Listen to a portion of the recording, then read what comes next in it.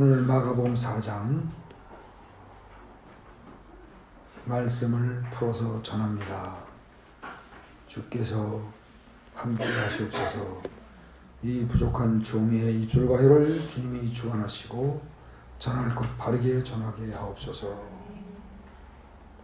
듣는 이들의 마음을 다 열어서 깨달아 할 것 온전히 깨달아 알게 하옵시고 삶에 적용하여 실제 삶에서 힘이 되게 하옵소서. 예수님 이름으로 감사드리며 기도 올립니다. 아멘.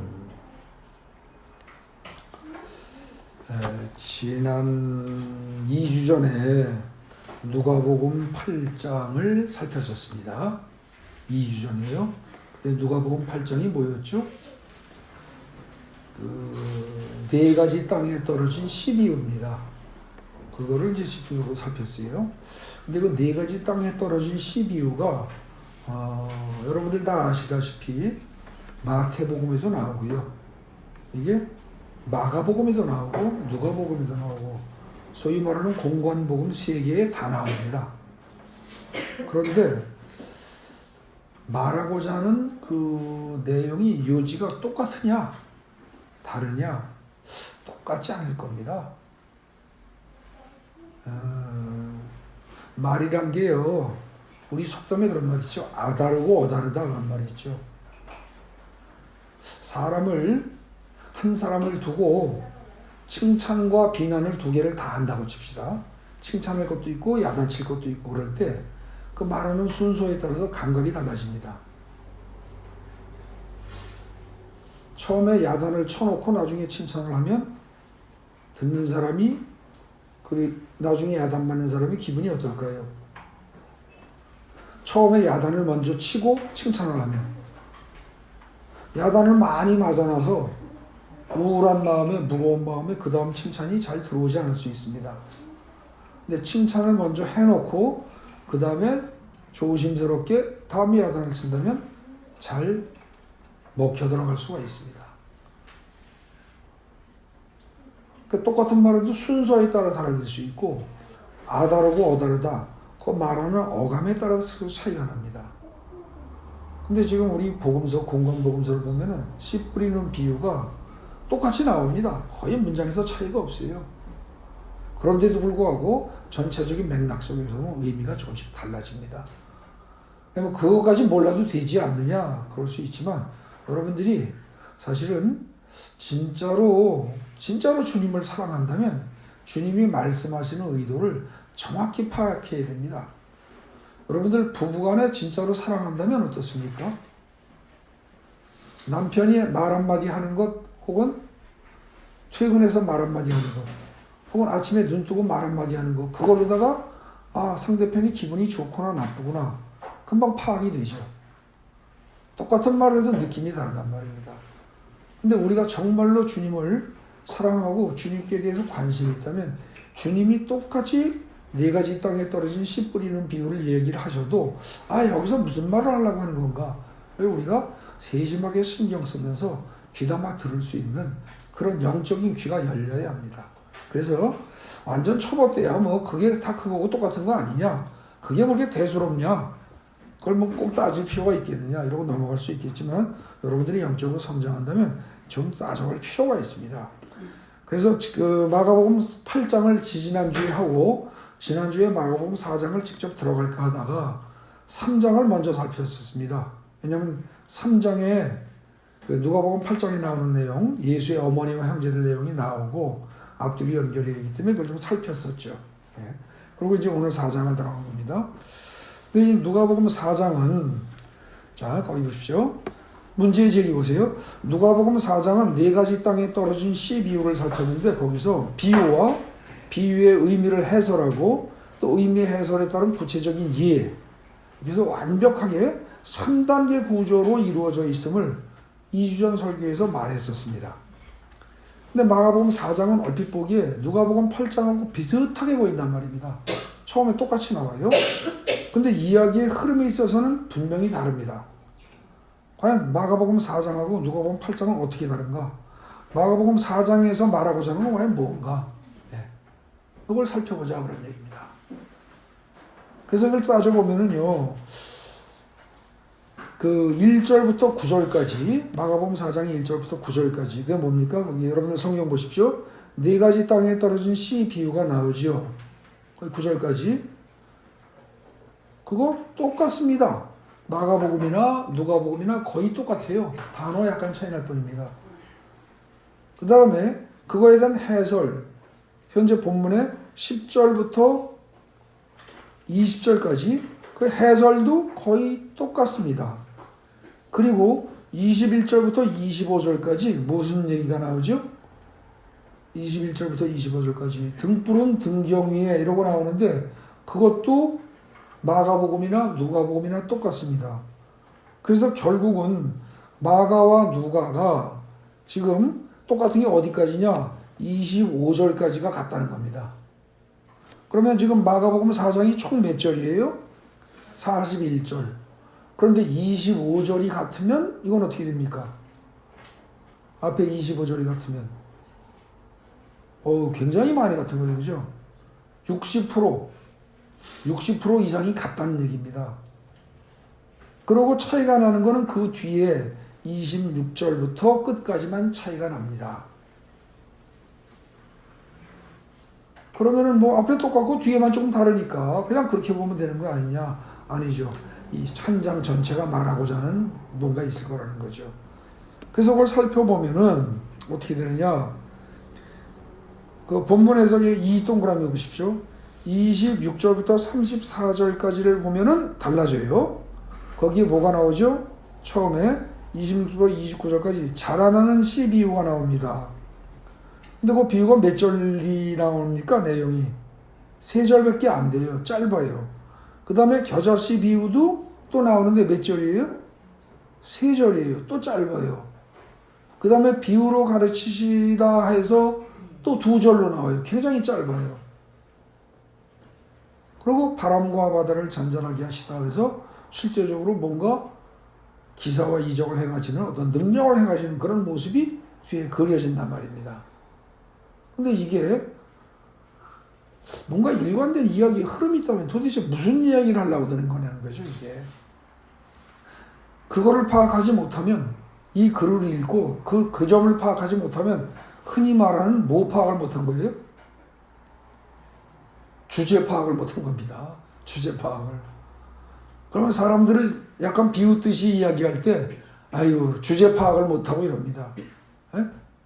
그때는 물론 자기 주제 파악을 못한다 그러는데 지금 이거는 성경 말씀을 읽고 성경의 주제 파악을 못해가지고는 하나님의 말 뜻이 무엇인지 몰라서는 우리가 순종할 수가 없는 거예요. 하나님의 말씀을 가지고 우리가 인생의 삶의 힘의 원천으로 삼을 수가 없는 거죠. 주제 파악을 정확히 해야죠. 그래서 이제부터 주제 파악을 좀 한번 해보자 이겁니다. 이 26절부터 34절까지를 잘 보면 어떻게 되냐? 자라나는 씨 비유 이게 누가복음 8장에 없습니다. 없어요. 물론 13장에 가면 나옵니다. 그 다음 달에 겨자씨 비유 이것도 누가복음 8장에 안 나옵니다. 13장에 가면 나옵니다. 근데 이거는 다른 데서 쓰는 말입니다.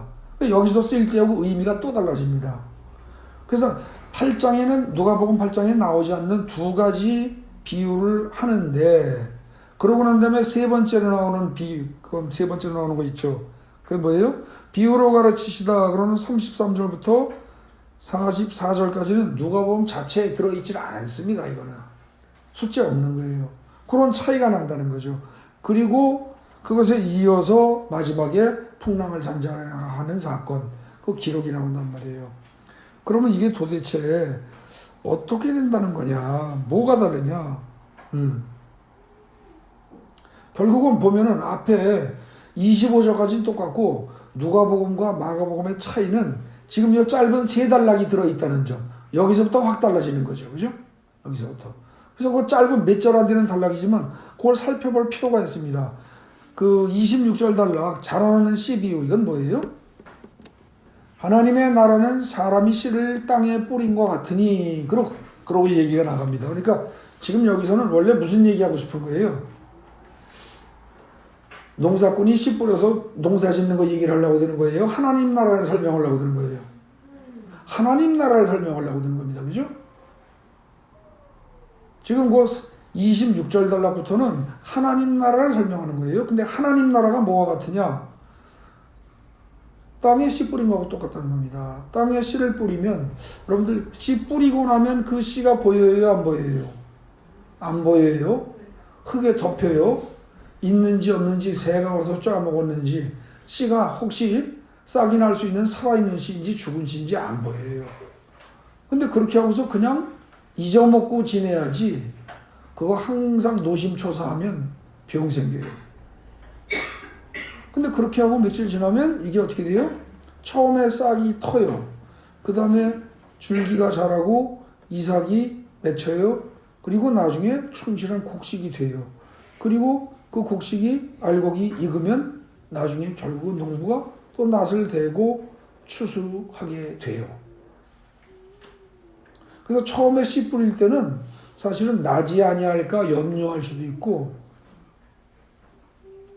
새들이 와서 쪼아먹으면 염려할 수도 있는데 저건 뿌려놓으면 그 다음엔 어떻게 됩니까? 농부가 알아서 하는 게 아니라 흙이 알아서 해요. 땅이 알아서 해요. 그죠? 근데 땅이 알아서 하도록 하나님이 조절을 하세요. 그렇게 된다는 거예요. 뭐가? 천국이. 근데 천국은 뭘로 시작된다? 말씀이 씨앗이라는 거예요. 말씀이. 하나님의 말씀, 예수의 입에서 나오는 말씀으로 천국이 시작된다. 그 얘기가 앞에 1절부터 결국은 뭡니까? 쭉 해서 어디까지 온 거예요? 25절까지 온 거예요. 하나님의 나라는 말씀으로 시작된다.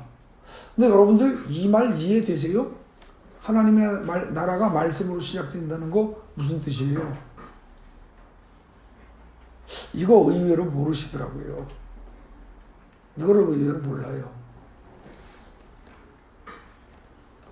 실제로 경험을 하는 사람들도 모르는 사람들이 많아요.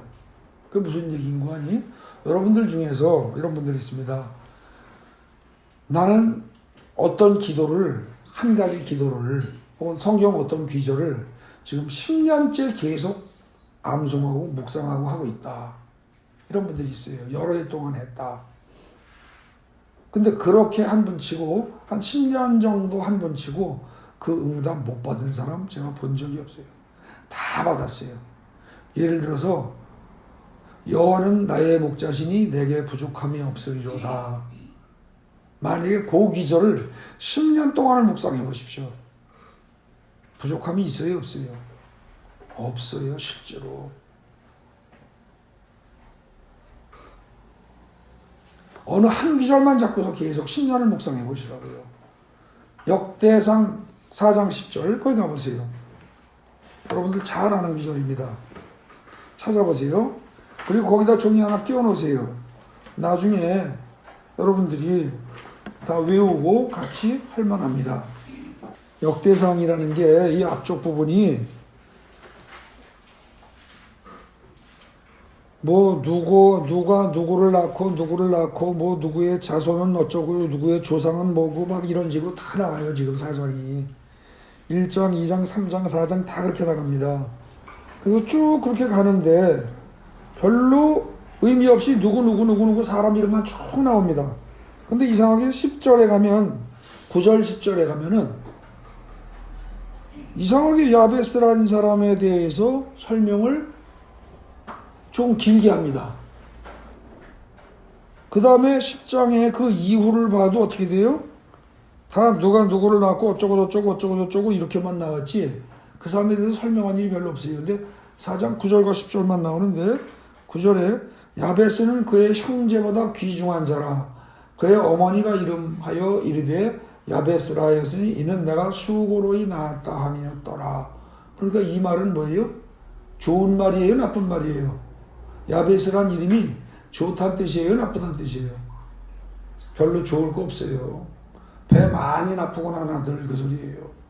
고생 많이 하고 아주 죽을 똥 살 똥 그러면서 겨우 난 아들 이런 뜻이에요. 어미를 힘들게 한 자식이에요. 별로 좋은 거 아니에요. 근데 그런 얘기 써놓고 그런데 그 다음에 뭐라 그래요? 10절에 그런 야베스가 어떻게 보면 태어날 때부터 축복받은 게 아니에요.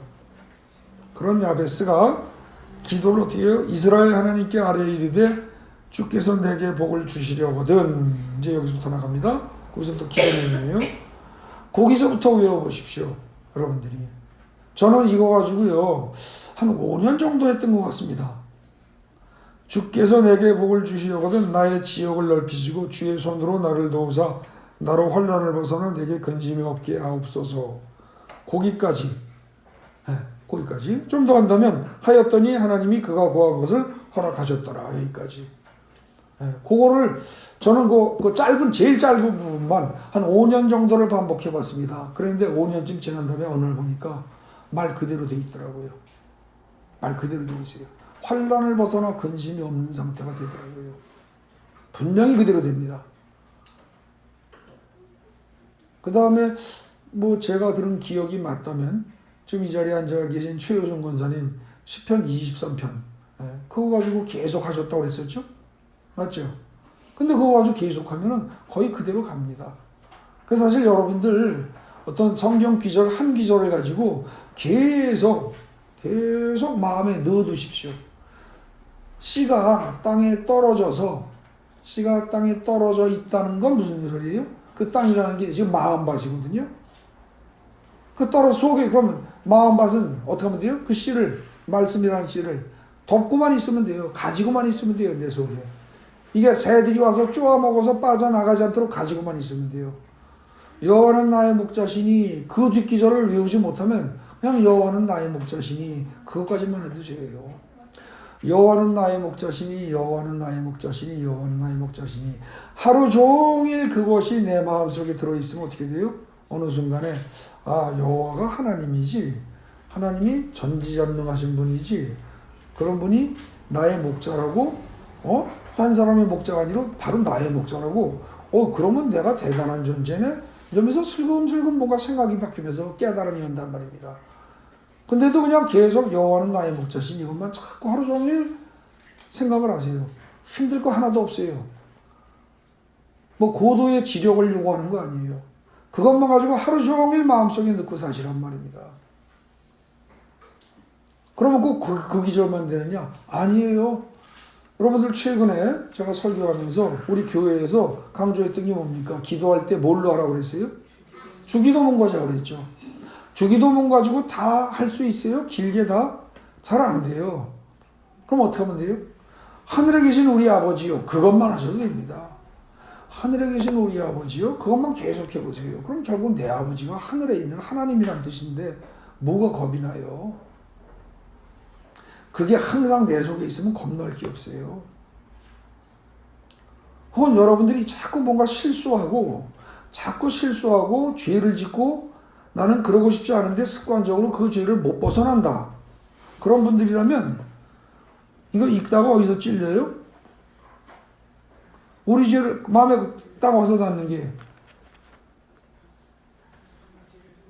우리를 시험에 들게 하지 마시옵고, 그죠?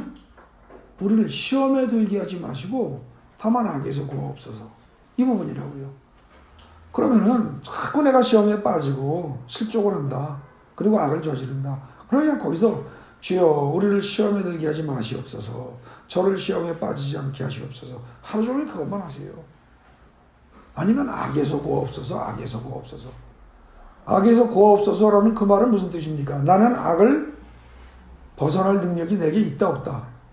없다는 뜻이에요. 그러니까 시험에 들게 하지 마시옵고 이것도 뭐예요? 하나님이 시험에 들게 만들면 나는 헤어날 재간이 없습니다. 그런 뜻이에요. 그러니까 그냥 글자 뭐 복잡하면 뒤에 거 짧은 거 다만 악에서 구하시옵소서. 여러분들 하루 종일 다만 악에서 구하시옵소서를 마음속에 넣고 살아보세요.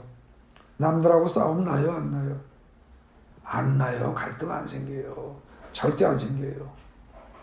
다만 악에서 구하시옵소서, 악에서 구하시옵소서. 이것만 하루 종일 마음을 넣고 살아보세요. 교만해져요, 안 해져요? 교만 안 해져요. 왜? 여러분들 정도 되면 교회에 이미 하루 이틀 다닌 거 아니고 교회를 최소한 3년 이상 다닌 분은 하나님이 제일 싫어하시는 죄악이 뭐예요? 교만이다라는 걸 알거든요. 그 정도쯤 되면은 우리를 악에서 구하시옵소서, 악에서 구하시옵소서. 이것만 10년 해보세요. 3년, 5년 해보세요. 그러면 그야말로 거의 성자처럼 변하나 안 변하나. 근데 문제는 이걸 잊어먹는 거죠. 그냥 외울 때만 외워놓고 싹 잊어먹고 그냥 사는 거예요. 그러면 어떻게 됩니까? 떨어진 씨앗을, 마음밭에 떨어진 씨앗을 잘 흙으로 덮어두고 보관해야 되는데 보관을 못한 채 뺏겨버리는 거죠. 그러면 싹이 안 나요. 천국이 안 와요. 근데 악에서 구하옵소서, 이를테면 이 기절 하나만이라도 항상 마음속에 넣고서 살면은요, 결국 어떻게 되냐? 악에서 건져집니다. 하나님이 건져주십니다. 반드시 건져주세요. 그래서 악에서 건져지고 나면 어떻게 돼요? 그 상태가 이미 하늘나라입니다. 그 상태가. 그래서 이 씨 뿌리는 비유, 지난번에 누가복음 8장에서 집중적으로 얘기를 했고, 오늘 다시 마가복음 4장에 와서 또 씨 뿌리는 비유를 얘기를 하는데, 앞에 25절까지가 똑같단 말입니다. 똑같아요. 네. 그래서 하나님의 말씀을 시편의 한 기절이든 시편 전체다든 역대상의 한 기절의 일부분만이든 혹은 주기도문의 어느 한 부분만이든 그 밖에 무엇이 됐든, 네. 심지어 이럴 수도 있습니다. 예수 안에서 혹은 성령 안에서 그 말만 계속 하루 종일 마음속에 넣고 있어 보세요. 성령 안에서 성경 구절 많이 필요 없습니다. 그냥 성령 안에서 그것만 넣고 있으면 사실은 어떻게 됩니까? 여러분들의 삶이 현저하게 달라집니다. 그러면 자나깨나 성령 안에서를 의식하고 마음속에서 성령 안에서 항상 그것만 생각하고 살아가보세요. 그러면 여러분들의 삶이 금방 거룩해집니다. 성자처럼 바뀝니다. 천국의 삶을 그대로 누릴 수가 있습니다.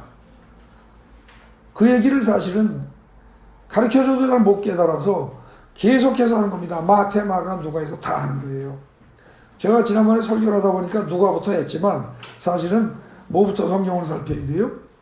순서대로 읽으면 마태부터 해야 될 것이고, 그죠? 그 다음에 성경학자들이 연구한 바에 의하면 제일 먼저 쓰여진 게 마가복음입니다. 그러니까 마가복음부터 살피는 게 맞습니다. 어떻게 보면은. 그래서 누가는 맨 마지막에 살펴야 되는 겁니다. 어떻게 보면 그래요. 그런 건데, 사실 이 씨 뿌리는 비유만 가지고 얘기하면 내 마음 상태가 어떤지를 항상 잘 관찰을 해라. 그 얘기입니다. 네? 누가복음에서도 그 씨 뿌리는 비유가 3단계 비유로 나오는 게, 마태, 마가에서 씨 뿌리는 비유를 얘기를 했는데 못 알아듣는 너희들은, 근데 누가에서 다시 얘기한다. 너희의 심령 상태가 네 가지 땅 중에 어딘가를 항상 스스로 잘 점검해라 하고 다시 강조하는 겁니다. 그리고 어떤 말씀이든지 간에 그 말씀은 천국을 이루는 씨앗이다. 그 씨앗을 잘 받아들여서 잘 키워라. 그러면 천국이 이내 너희의 심령 속에 도달할 것이다. 그 얘기입니다. 근데 지금 그래서 누가복음은요, 사실은 그 천국을 이루게 하는 방법이 처음에 시작이 말씀이다. 그 말씀을 절대 마음속에서 빼내지 말고 항상 넣고 있어라. 그 말씀이 100개가 되면 더욱더 좋고, 한 개만 해도 나쁠 거 없다. 한 개만 해도, 그 대신 항상 마음 밭에서 빠져나가면 안 된다. 그거를 얘기하는 거예요, 그거를. 그런데 마가복음은 그것만으로 끝나지 않습니다. 그렇게 해서 너희가 잘 지키면, 말씀을 지키면 그 다음에 어떻게 된다? 26절부터 나오는 거 있죠. 자라나는 씨처럼, 거기서 지금 이 자라나는 씨 비유에서는 강조하는 게 뭐예요? 밤낮 자고 깨고 하는 중에 저절로 되는데 어떻게 해서 그렇게 되는지 너희는 알지 못한다는 거예요. 부지불식간에 그냥 저절로, 며칠 자고 나니까 싹이 났네? 며칠 자고 나니까 또 쭉쭉 자라네? 하나님이 다 하신다는 거죠.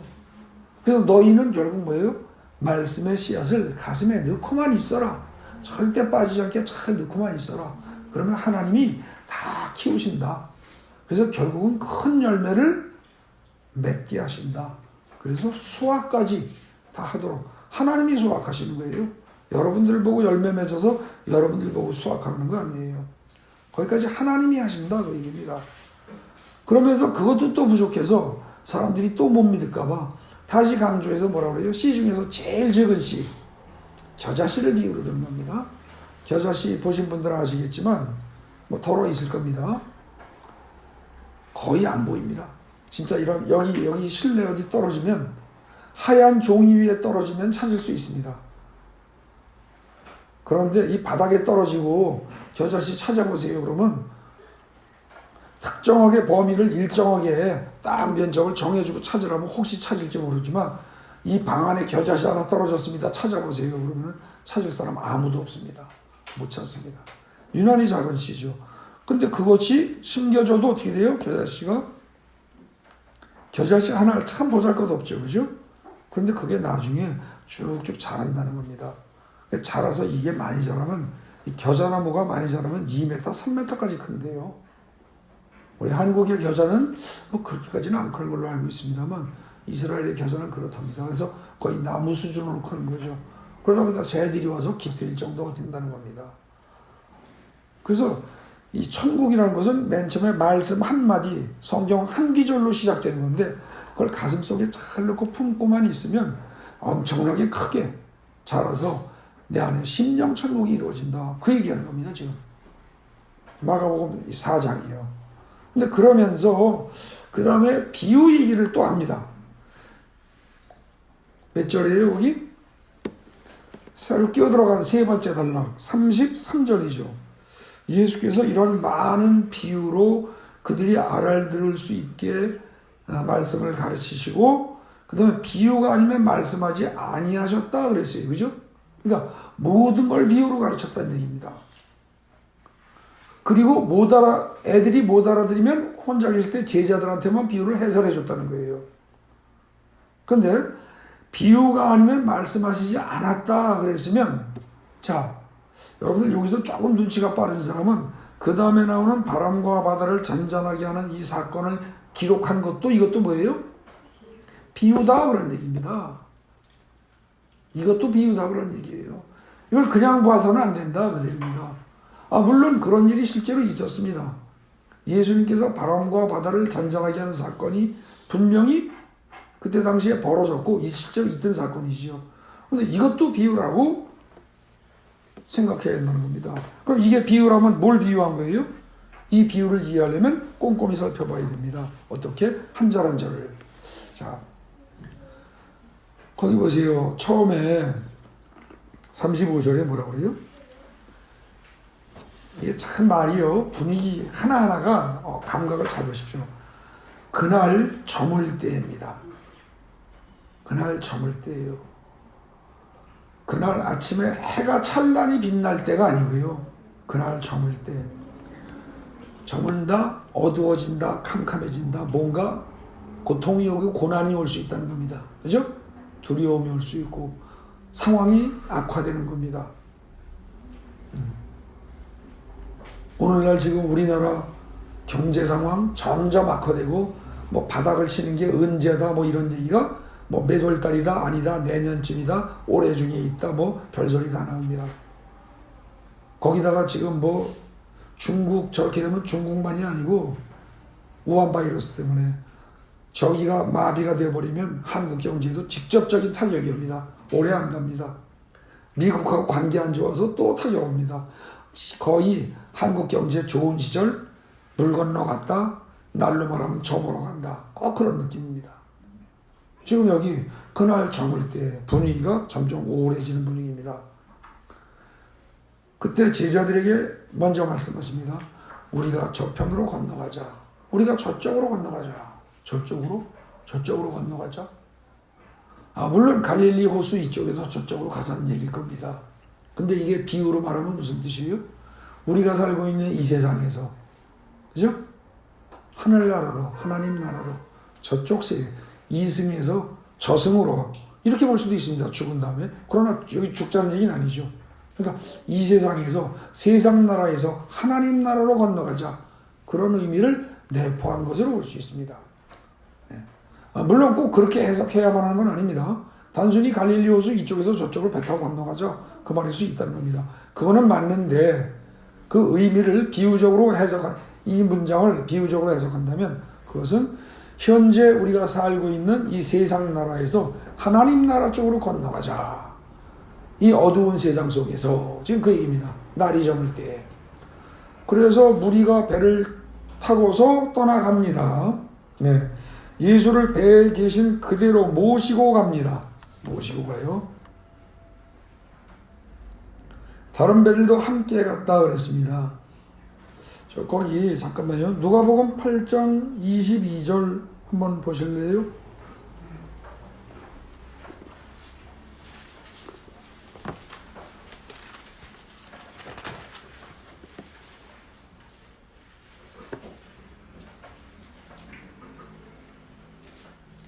거기 보면은요, 거의 같기는 해요. 거의 같기는 한데, 제자들과 22절, 23절 보면, 함께 배에 오르셨다, 그리고 건너가자, 그리고 잠이 드셨다. 그렇게 해가지고, 함께 배에 오르셨다는 게 있기는 있어요. 그죠? 근데 마가에서 5장에서는 보면 어떻게 되세요? 예수를 배에 계신 그대로 모시고 가매. 그래서 함께 있다는 거 분명히 강조하는 느낌이죠. 그죠? 예. 강조하고 있습니다. 다시 마가복음 5장으로 보면, 4장으로 보면, 예. 그래서 함께 모시고 갑니다. 그러니까 지금 사실 여러분들 인간은 물 위에서 살게 돼 있습니까? 땅 위에 살게 돼 있습니까? 땅 위에 살게 돼 있어요. 그죠? 그래서 애시당초 하나님이 천지를 창조하시고 그때 땅과 그 마른 땅, 묻과 바다를 구분을 하십니다. 근데 지금 이거는 물 위를 가는 상황입니다. 불안한 상황입니다. 근데 예수를 모시고 갑니다. 한 배에 모시고 가요. 그리고 그 배가 한 척이 가는 게 아니라 다른 배들도 따라갑니다. 예수를 모시고 이 험한 세상을 같이 헤쳐나가는 장면입니다. 그런데 어떻게 되냐? 37절에 큰 광풍이 일어납니다. 광풍, 글자 그대로 이 광자가 무슨 뜻이죠? 미치광이 그런 뜻입니다. 미쳤다. 그러니까 이게 살살 부는 바람이 아니라 미친 듯이 지멋대로 난리를 치는 겁니다. 그래서 물결이 배에 부딪히고 배에 물이 가득하게 되었다. 죽을 지경이다 이 말이죠. 그죠? 워낙 남의 얘기고 이게 짧게 기록되어 있으니까 별거 아니라고 생각하지만 이건 목숨이 깜빡깜빡하는 지경입니다. 저는 그 배 타고서 많이도 아니고 저기 흑산도까지 가는데 한번 약한 태풍을 만난 적이 있었습니다. 그래서 배가요 그 파도에 이렇게 흔들흔들하는데 글쎄요 얼마나 될까? 한 3m 정도? 한 3m 안 될 거예요. 한 2m 남짓 할 겁니다. 2.5m. 그 정도 되게 이게 밑에서 바닥에 가라앉았다 올라갔다 내려갔다 하면서 이 높이가 한 2, 3m 정도 되니까요. 정신없더라고요. 다 토하고 믿음 좋다 그런 거. 저 베드로가 존경스러우시다고요. 갑자기 베드로가. 그전엔 베드로가 믿음이 적었네 어쨌네 그랬는데 그쯤 되니까 심각하더라고요. 대낮에 그랬는데도 힘들어요. 근데 지금 밤이에요. 굉장히 힘든 상황이죠. 네. 이게 인생입니다. 사실은. 거기요. 그 37절에 광풍이 일어나고 물결이 배에 부딪혀 들어서 배에 가득하게 되었더라. 이게 사실은 인생의 어떻게 보면 본질입니다. 인생의 모든 상황이 그래요. 그리고 지금 여러분들도 이런 상황에 있는 분들이 꽤 있을 겁니다. 누구는 요거 조금 면한 사람이 있고 누구는 지금 이 속에 있는 사람이 있고 근데 면한 사람이라고 해서 평생 살면서 그런 거 없었냐? 아니죠. 다 있습니다. 어느 누구보다 많을 수 있습니다. 지금 면한 사람들이. 예. 그 다음에 38절에 그런데 예수님이 그냥 주무신대요. 그랬더니 제자들이 할 게 뭐예요? 아니 우리가 죽게 됐는데 그러고서 깨우는 거예요. 그죠? 예. 주무시는 예수님을 깨우는 겁니다. 그랬더니 예수님이 일어나셔가지고 어떻게 돼요? 바람을 상대로 꾸짖으시고 바다더러 뭐라고 말씀하세요? 잠잠하라 고요하라. 마치 사람을 야단치고 꾸짖듯이 바다한테 했는데 이게 먹힌단 말입니다. 이게 무슨 뜻이에요? 예수는 누구다? 사람 아니다. 이거. 사람 아니다. 그럼 선지자다? 선지자도 이거 못해요. 그럼 이거 한 사람이 누가 있었어요? 없어요. 이건 하나님만 하시는 거예요. 그죠? 이건 지금 예수는 하나님이요. 아주 줄여서 약하게 말하면 예수는 하나님의 아들이다. 그 얘기입니다. 네. 그래가지고 잔잔해졌어요. 그렇게 한 결과 어떻게 됩니까? 나중에 41절에 보면 아니 그들이 심히 두려워하여 서로 말하되 그럴 때 여기서 심히 두려워하여는 풍랑 때문에 두려워하는 겁니까? 예수님 때문에 두려워하는 거예요. 문맥으로 봐서 풍랑 때문에 심히 두려워했다는 뜻이에요? 아니면 예수님의 그런 행동을 보고 두려웠다는 뜻이에요? 예수님 보고 두려워했다는 뜻입니다. 아니 저 양반이 도대체 누군데 말 한마디에 바다가 풍랑이 잔잔해진단 말이야. 그러면서 야 이건 말도 안 되는데 놀라운데 이러고 두려워했다는 거예요. 놀라는 정도 아니라 두려워했다는 거예요. 근데 얘네들이 지금 풍랑이 잔잔해지고 예수가 누구인지 궁금해하면서 두려워할 정도 됐다. 일단 풍랑은 잔잔해진 거죠. 구원받은 거죠. 그리스도 역할 다 한 겁니다. 구원자의 역할 다 한 거예요. 그래서 사실은요, 거기 39절, 40절, 41절 이 부분이 결국 말하는 건 뭡니까? 예수는 천지자연을 마음대로 말 한마디로 처리할 수 있는 하나님의 아들이요. 풍랑으로 죽을 수밖에 없는 위태로운 지경에서 너희를 건지시는 구세주다. 그 얘기입니다. 이게 결국 어디 나와요? 마가복음 1장 1절에 나왔었죠. 뭐라고요? 처음에 하나님의 아들 예수 그리스도라는 말이 나오죠. 그죠? 지금 4장에서 마지막 단락에 바람과 바다를 잔잔하게 하시다.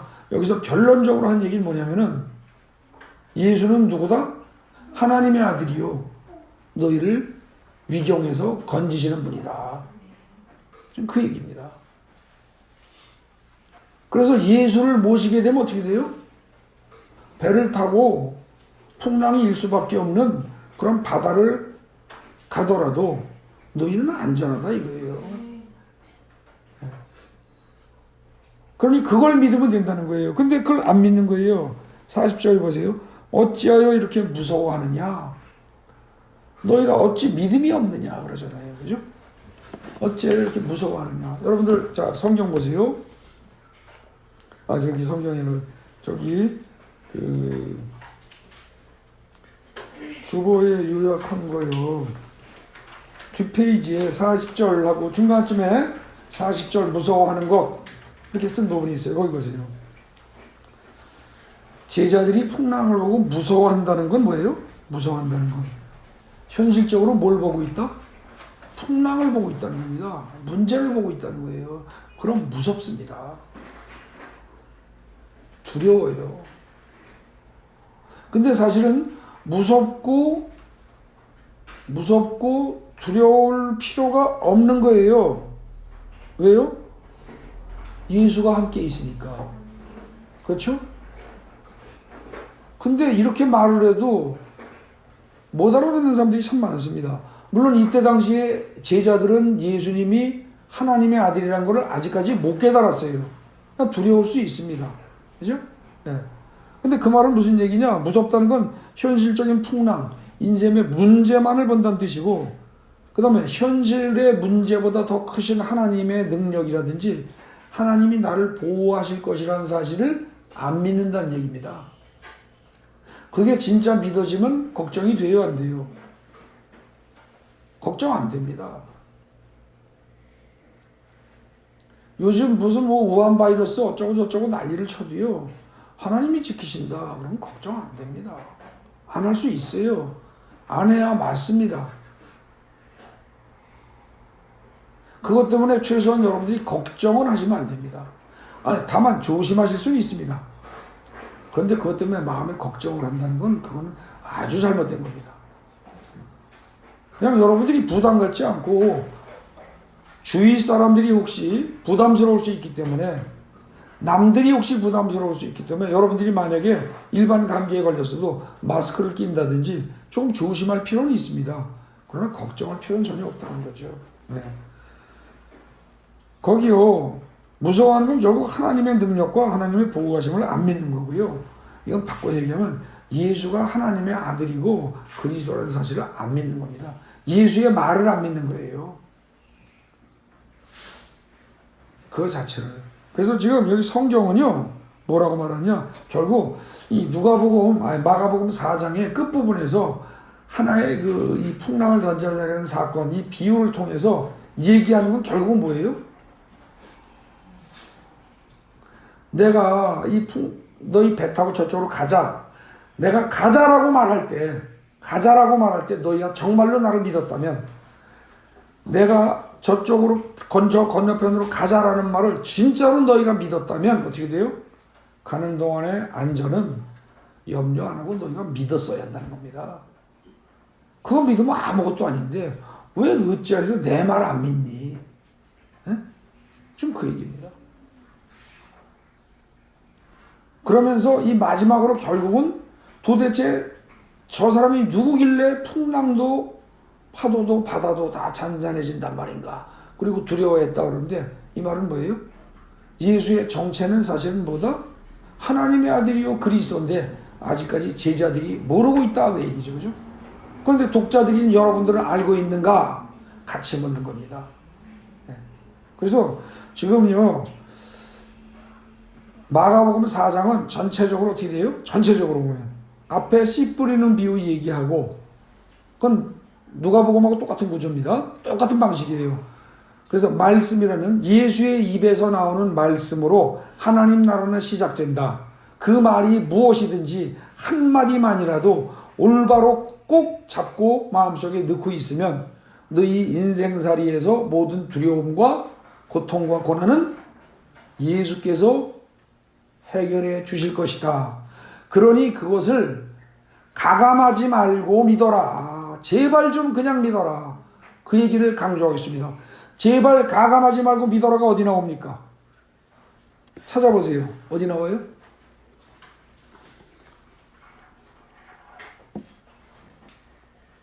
(24절) 보십시오. 너희가 무엇을 듣는가 스스로 삼가라. 너희 헤아리는 그 헤아림으로 너희가 헤아림을 받을 것이요 더 받으리니 있는 자는 받을 것이요 없는 자는 그 있는 것까지도 빼앗기리라. 너희의 헤아리는 헤아림으로 너희가 헤아림을 받을 거래요. 이거 뭐예요? 너희가 무엇을 듣는가 스스로 삼가라. 너희가 듣고 있는 말이 세상 말인가 하나님의 말인가? 내 입에서 나오는, 나 예수의 입에서 나오는 이 말이 하나님의 말씀인가 세상 말인가 너희 스스로 잘 조심해서 살펴봐라 이겁니다. 하나님의 말이라는 거예요. 그 하나님의 말에 대해서 너희가 헤아려 시시비비를 따지고 이건 어쩌고 저건 저쩌고 이건 옳은 것 같은데 저건 말도 안 되고, 아이 그거는 뭐 예수님이니까 그렇게 말은 하지만 우리 인간이 어떻게 걸렸다가 다 그대로 할 수가 있어. 이런 식의 헤아리고 따지고 자기 생각 덧붙이는 짓 아예 하지 말라는 겁니다. 그거 하지 말고 그대로 받아들이라는 거예요. 그대로 받아들이고 그렇게 살다가 혹시 너희가 문제가 생기면 어떻게 하면 돼요? 같이 배 안에 같이 계시면서, 예수님이 멀리 계신 거 아니에요. 바로 배 안에 같이 계세요. 그냥 편안히 주무시고 계세요. 깨우면 돼요. 주님 도와주세요. 그러면 되는 건데 너희들은 어쩌자고. 말하는 건 하나도 제대로 안 믿고 말을 하면 전부 다 에이 그거는 뭐 예수님이 말은 그렇게 하지만 우리 인간이 어떻게 다 하겠어. 이런 식으로 재해석을 하고 자기 나름대로 헤아리고 따지고 하게 되면 그 사람들은 나중에 어떻게 된다? 너희 마지막 심판 때 똑같이 헤아림 받는다. 너희 할 만큼 그대로 받을 것이다. 하나님의 은혜 못 받는다 이겁니다. 너희가 따질 거는 세상 것들은 따져라. 그러나 하나님의 말씀은 액면 그대로 받아들여라 이겁니다. 하나도 가감하지 말고. 그래서 지금 마가복음 전체는요, 마가복음 4장 전체는 결국은 여러분들 거기 제목에 지금 오늘 설교 제목, 본문 제목을 뭐라고 해놨어요? 하나님의 나라는 어떻게 오는가? 전체적으로 이겁니다. 하나님의 나라는 어떻게 오는가? 근데 그 중에서 어떻게 보면은 누가복음은 어느 부분만 꼬집어낸 거예요? 하나님의 나라는 예수님의 입에서 나오는 말씀으로 시작된다는 사실만 딱 뽑아서 집중적으로 강조한 거죠. 예? 그 차이만 있을 뿐입니다. 그래서 누가복음의 경우는 누가복음 8장의 전체 본문 중에서 핵심적인 부분을 찾아라 그러면 어디로 말해야 될까요? 그냥 앞에 비유 자체일 수 있습니다. 그죠? 아니면 아니면 그 다음에 비유에 대한 해설 부분. 그걸 본문으로 해서 누가복음 8장 전체를 살펴보면 돼요. 근데 지금 마가복음의 경우는 어떻게 됩니까? 마가복음 4장은 앞에 씨 뿌리는 비유부터 쭉 해서 지금 뭐 헤아리지 말아라 등등 그런 얘기도 나오고 쭉 나오는데 결국은 전체를 다 포괄하는 거는 어디예요? 어찌 보면 마지막 비유입니다. 예? 그래서 마지막 비유 하나만 본문으로 삼고 그 대신 마가복음 4장 1절부터 전체를 다 살피면서 하나님의 말씀으로 예수님이 전하시는 말씀으로부터 천국은 시작되는 법이다. 그러니 그 말씀을 항상 너희가 빼앗기지 않도록 마음에 잘 품고 살아라. 항상 품고 살아라. 말씀을 꼭 많이 알아야만 되는 것도 아니다. 하나만이라도 겨자씨만한 작은 말씀 하나만이라도 한 기절만이라도 꼭 품고 살면 그것이 나중에 어떻게 돼요?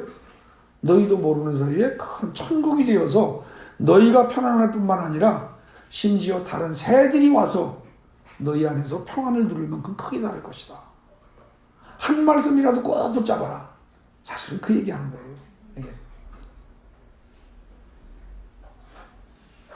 그래서 이 마가복음 4장은요. 한 말씀이라도 꼭 붙잡아라. 예수님의 말씀을. 그러면 너희가 천국을 경험하고 천국에서 살게 될 것이다. 간단히 요약하면 그겁니다. 마가복음 4장이. 그에 비해서 누가복음 8장은 뭐라고요? 천국은 예수의 입에서 나오는 말씀으로 시작되는 것인데 그 말씀을 받아들일 때 너희들의 심령의 상태가 크게 몇 가지가 있다? 4가지가 있을 수가 있다. 그런데 그 중에서 앞에 3가지는 잘못된 것이요. 마지막 거가 그게 바람직한 거다. 그러니 너희들 자신의 심령이 이 4가지 밭 중에서 어떤 상태에 있는가를 수시로 점검하면서 가능한 한 옥토가 되어야 한다는 사실을 잊지 말아라. 그 얘기입니다. 그런데 잊지 말아라지 옥토가 되도록 노력해라입니까? 누가복음도 그렇게 이야기하지는 않습니다. 여러분 돌밭이 스스로 돌을 걸러내고 옥토로 만들지는 못하죠. 가시덤불이 꽉 있는 밭이 스스로 가시덤불을 다 제거하고 알곡 줄기만 남도록 할 수는 없단 말입니다. 다 농부가 하는 겁니다. 하나님이 하시고 예수님이 하십니다. 네.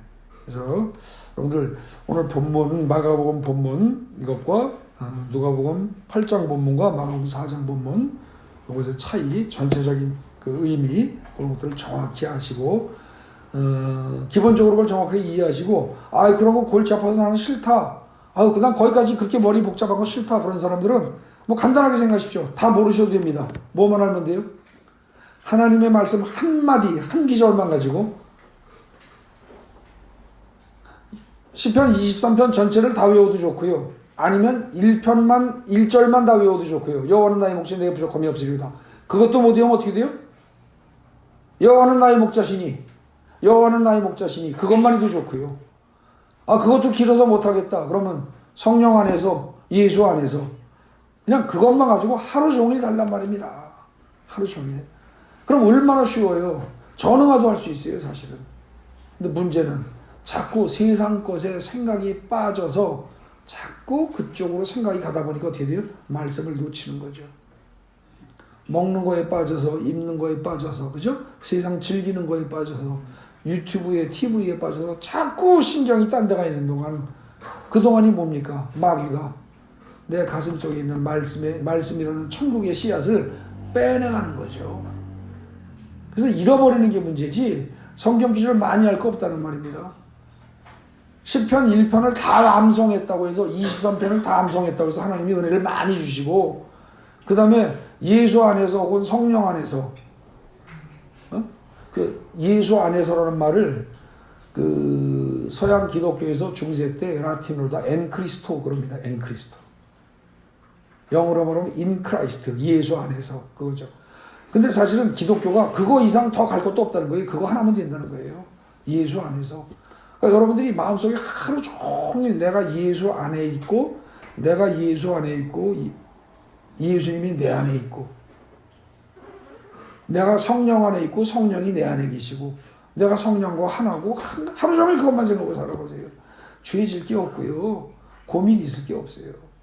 근데 문제는 그거 하나를 그러니까 아까 말한 겨자씨 하나를 있죠. 겨자씨. 그 겨자씨라는 말이 작은 씨 베지도 않는 거라고 그랬는데 예수 안에서라는 그 말 글자로 몇 개예요? 예수 안에서 5글자예요. 그죠? 글자 수로 성령 안에서 단어로 말하면 2단어고 그것만 가지고도 천국을 체험할 수 있다는 겁니다.